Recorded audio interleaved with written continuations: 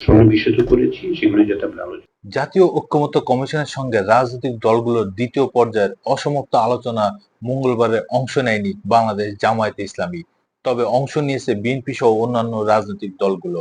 17 June মঙ্গলবার দুপুরে রাজধানীর ফরেন সার্ভিস একাডেমির দোয়েল হলে রাজনৈতিক দলগুলোর সঙ্গে জাতীয় কমিশনের দ্বিতীয় পর্যায়ের বৈঠক শুরু হয়। জাতীয় ঐক্যমত্য কমিশনের একটি সূত্র বলছে, মঙ্গলবারের বৈঠকে জামায়াত থাকবে না, এই বিষয়ে দলটির পক্ষ থেকে আগেই জানানো হয়।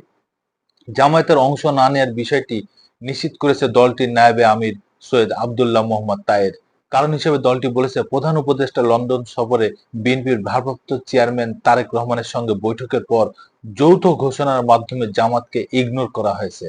এর প্রতিবাদ হিসেবে তারা আজকের বৈঠকে যোগ দিচ্ছে না। কমিশন সূত্র বলছে, বৈঠক শুরুর 2 ঘন্টা পর হলেও জামাতকে বৈঠকে যোগ দেওয়ার অনুরোধ করা হয়েছিল। জামায়াত বাদে আজকের বৈঠকে বিএনপি, এনসিপি, ইসলামী আন্দোলন, নাগরিকত্ব গণ অধিকার পরিষদ, গণসংহতি আন্দোলন সহ অন্যান্য রাজনৈতিক দলগুলো অংশ নিয়েছে।